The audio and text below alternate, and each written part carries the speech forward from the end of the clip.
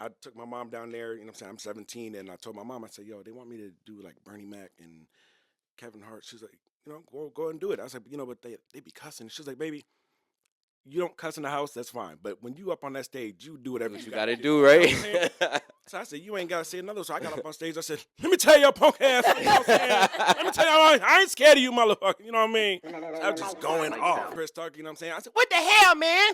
Man, it's some bullshit, man." I was just going up there, just cussing and saying nothing, but just going crazy. You know what I'm saying? So that's when I was like, wow, everybody's laughing. I was like, Yeah.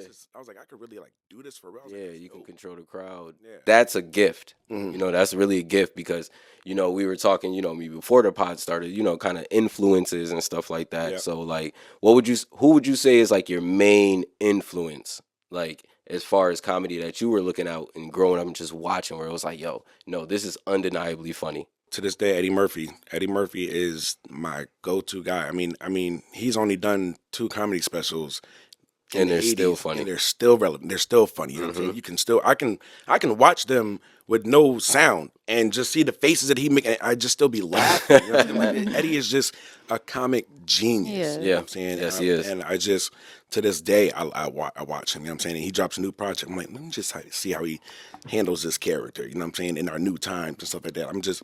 Eddie's dope. Would you do like your own stand up special? Is that in the near future? I wouldn't say in the near future, but that is on my bucket list. Yeah. To do a full, because when I asked you about Smokey Joe's earlier, that was because that was the first comedy show that I've ever produced. It Yeah. was the first. It was my birthday. It was a comedy show.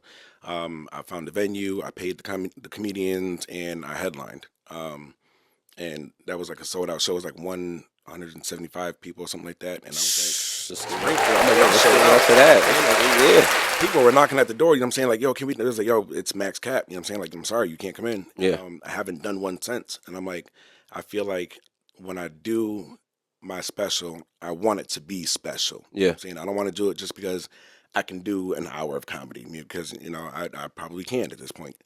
But that's definitely on my bucket list. Lifestyle.